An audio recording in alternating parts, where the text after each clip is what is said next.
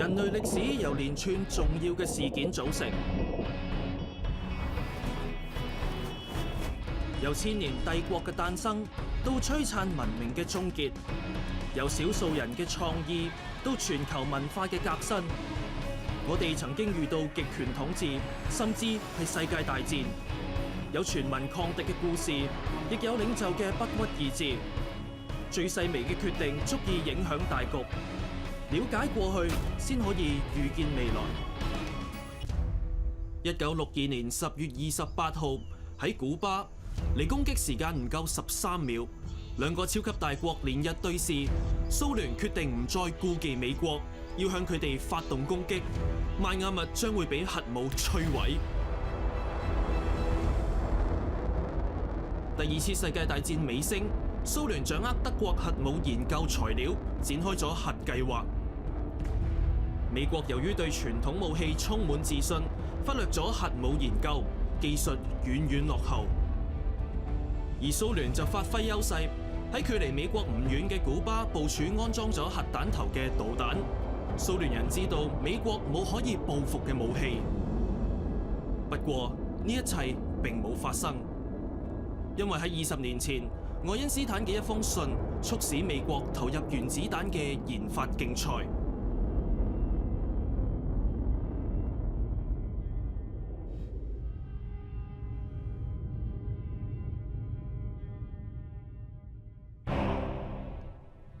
1939年4月，第二次世界大戰前夕，納粹德國啟動咗原子武器計劃。喺同一年8月，著名物理學家愛因斯坦向美國總統發出署名信。1945年8月6號，美國轟炸機喺廣島投下原子彈。呢三件緊密相連嘅事件，係曼哈頓計劃嘅關鍵因素，最終令到第二次世界大戰結束。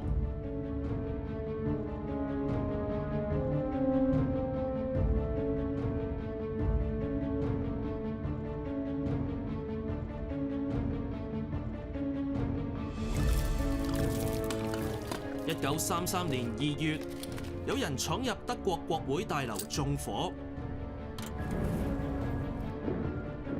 新任總理希特勒將矛頭指向共產黨，將佢哋列為非法組織。呢個年代有經濟大蕭條，納粹德國仲有第二次世界大戰。當年納粹掌權之後，提倡種族主義嘅意識形態，佢哋認為日耳曼係純種民族，比其他族裔更加優越。迫害隨之而嚟，唔少喺歐洲嘅猶太人遠走他鄉。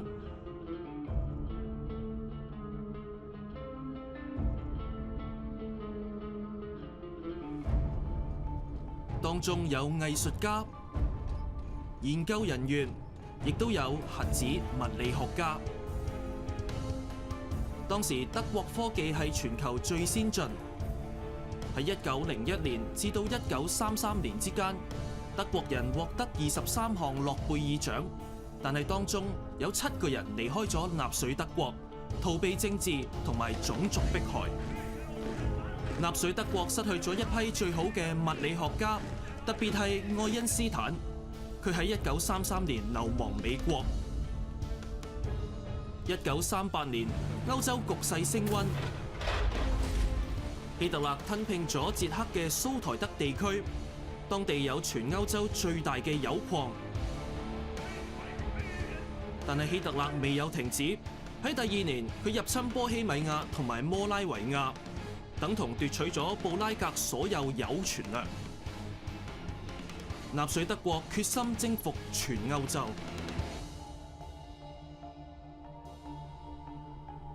為咗阻止希特勒嘅野心，英國同埋法國向德國宣戰。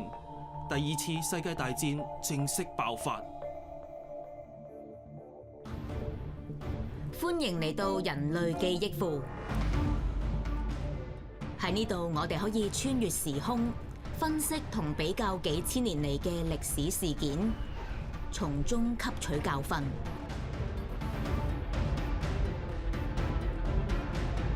試諗下，如果納粹德國喺1943年成功研製核武，用嚟威嚇其他國家，歐洲好多城市都會淪為目標。好似蘇聯嘅伏爾加格勒咁，就可能因為阻止德軍前進而最先被摧毀。之後會係莫斯科，然後係倫敦。配備核彈嘅德軍 U 型潛艇甚至可能會駛去紐約嘅港口。全球都會驚咗納粹德國嘅聲威，因為唔知道佢擁有幾多核彈。停火協議好快就會達成，德國戰勝。呢個時候，世界會陷入兩個大國嘅冷戰，美國同納粹德國。我哋嘅世界會變得完全唔同。而家就一齊回顧真實嘅歷史。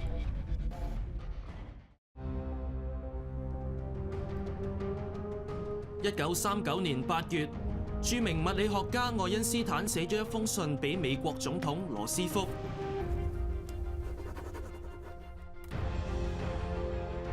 愛因斯坦係和平主義者，但佢認為要不惜一切代價阻止核武科技被人濫用，所以佢要提醒美國。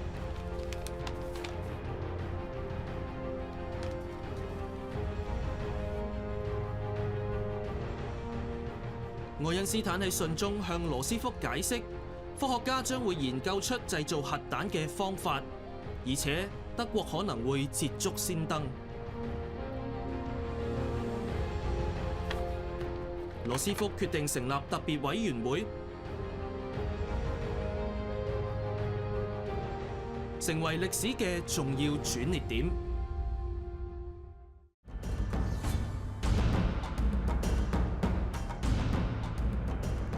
1941年12月7號，日軍偷襲珍珠港。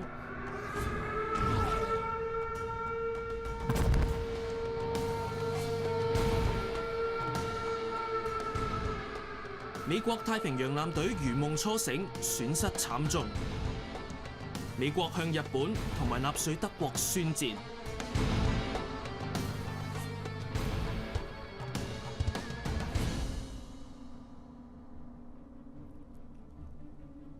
當時由羅斯福成立嘅特別委員會變成秘密嘅核武研究項目，稱為曼哈頓計劃。由美國陸軍中將格羅夫斯負責指揮，預算資金近乎係無上限。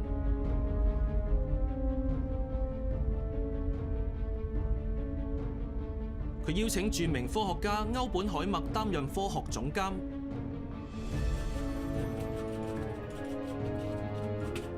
最主要嘅任務就係要搶喺納粹德國之前研發出可以投放嘅原子彈。核武競賽正式展開。格羅夫斯好快就明白呢個係規模龐大嘅軍工項目，佢哋必須要從頭建造廠房，招聘大批工人同埋資深嘅管理人員。秘密基地分散全國各地，曼哈頓計劃32個地點全速運作。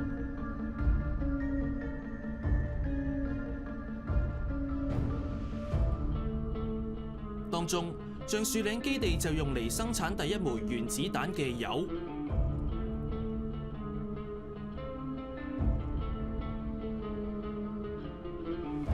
喺華盛頓州嘅漢福德就用嚟負責生產第二枚原子彈嘅鈈元素。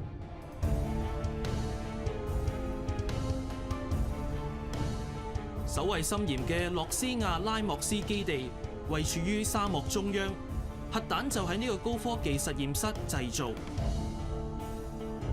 動用折合今日260億美元資金，加上13萬人力，曼哈頓計劃肯定係2次世界大戰最大型嘅計劃之一。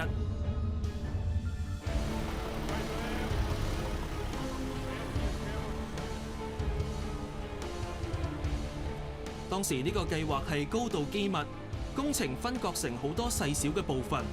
好少人知道行動嘅最終目的。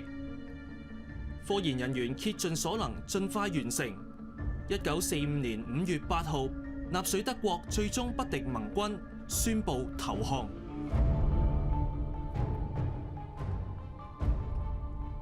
但係計劃並未有停止，因為仲有日本負隅頑抗。格羅夫斯命令團隊將廠房嘅產能推向極限。雖然日本冇機會發展出核武，但美國仍然堅持要製成原子彈。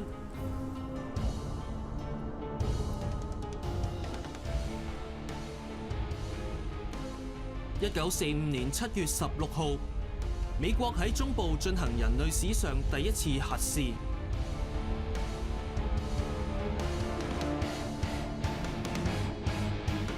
威力相當於2萬噸黃色炸藥，喺300公里外都可以聽到巨響。美國成為第一個核武國家。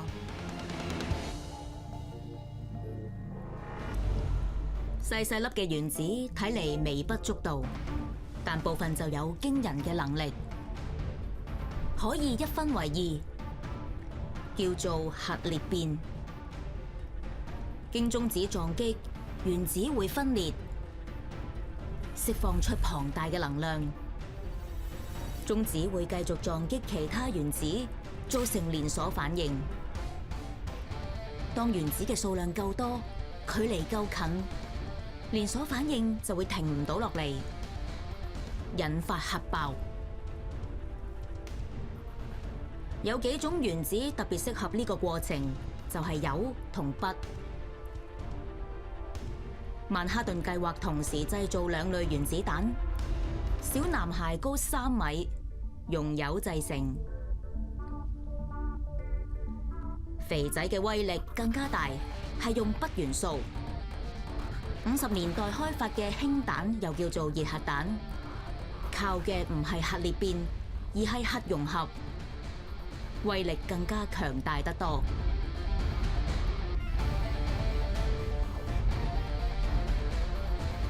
第一枚原子彈相當於2萬噸黃色炸藥。到1961年，蘇聯測試嘅氫彈威力就超過5700萬噸黃色炸藥。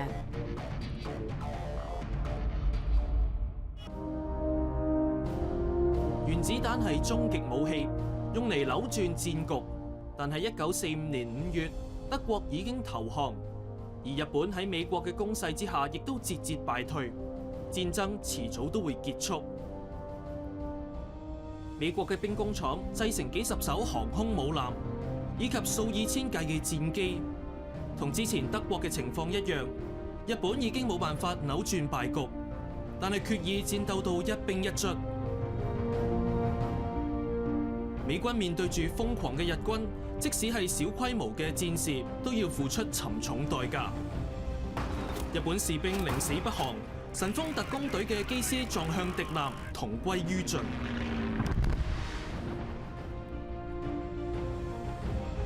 1945年初，美國海軍已經逼近日本沿岸，開始發動大規模嘅轟炸。當時美軍計劃登陸日本本州，但係行動嘅風險極之大，因為日軍仍然有200幾萬士兵。終極一戰對雙方都會造成龐大嘅傷亡，但係冇人願意再拖落去。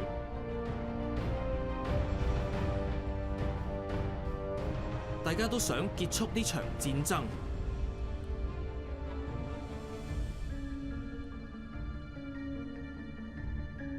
美國希望日本盡快投降，減少人命損傷，於是原子武器似乎係最現成嘅方案。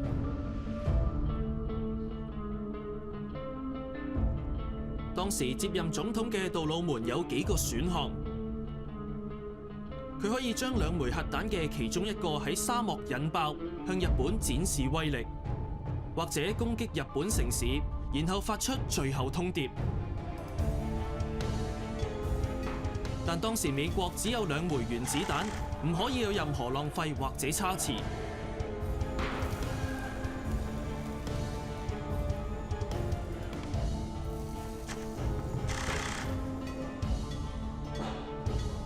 7月24號，杜魯門簽署核彈攻擊命令。喺2日之後，日本收到勸降通牒，但係政府表現遲疑。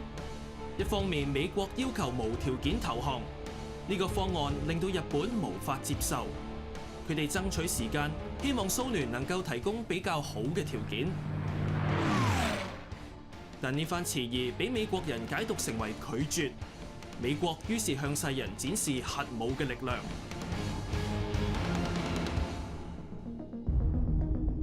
投落廣島嘅原子彈，小男孩大約重4噸半，由 B-29重型轟炸機運載。呢個威力相當於16000噸炸藥嘅炸彈，沿途被鎖死，飛機唔可以喺低過3萬尺飛行。8點15分，原子彈投落喺廣島市中心，墜落過程有43秒。轟炸機要好快咁飛離目標，先至可以避免到受到波及。離地2000尺，小男孩壓力感應器引爆炸藥，觸發連鎖反應。爆閃令到冇保護裝備嘅人瞬間致盲。方圓2英里嘅一切完全被摧毀。爆炸中心溫度高達華氏11000度。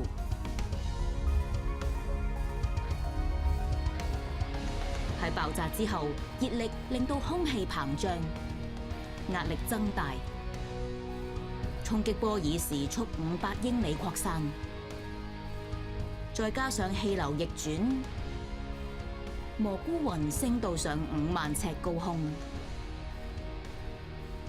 之後輻射塵變成黑雨落喺市內，7萬人喺1秒鐘之內死亡。之後多個月，死亡人數增至14萬，成座城市夷為平地。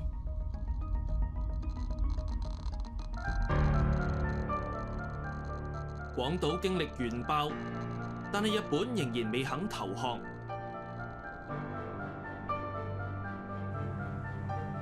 3日之後，第2枚原子彈投落長崎。美國當時估計2枚原子彈一共殺死至少10萬人，足以令到日本接受現實。1945年8月15號，日本宣布無條件投降。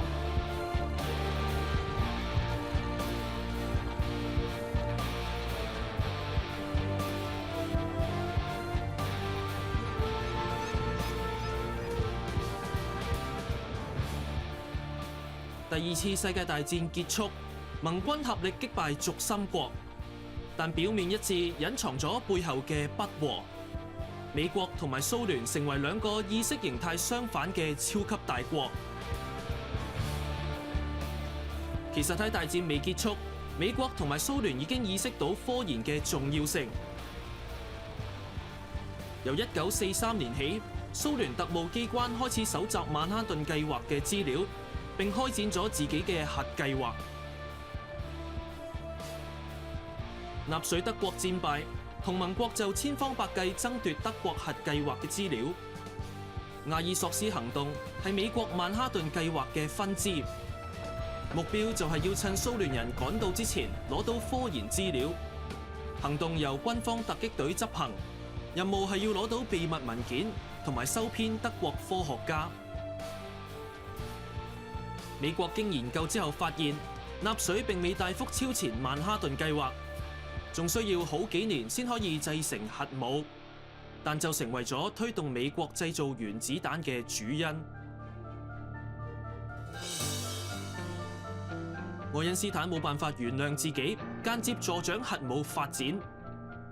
1955年，當時76歲嘅佢曾經講過，寫嗰封信係佢人生當中最大嘅錯誤。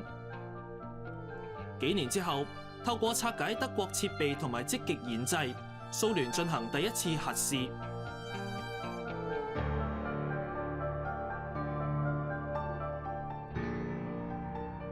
之後有更多國家擁有核武，曾經係盟友嘅美國同埋蘇聯進入軍備競賽。冷戰開始，但呢個已經係另一個故事。喺南北戰爭期間，美國人對戰爭嘅觀念係為求勝利，可以不擇手段。呢種原則喺二次大戰期間俾兩邊陣營廣泛應用，令到無數平民死傷。好似德國嘅德累斯頓同漢堡就俾盟軍瘋狂轟炸，導致7萬人死亡。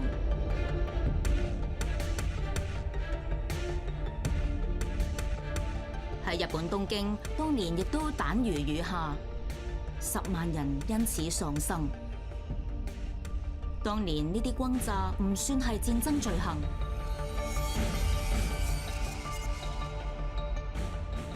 直到喺1949年，各國簽署日內瓦公約，平民喺戰爭時期先受到法律保障。所以如果納粹德國擁有核彈，後果真係好難想像到。吸取教訓，呢啲大殺傷力嘅武器，無論喺邊個人嘅手上，都係極度危險，一定要加以控制。愛因斯坦唔想見到世界末日嚟到，人類至今仍然存在。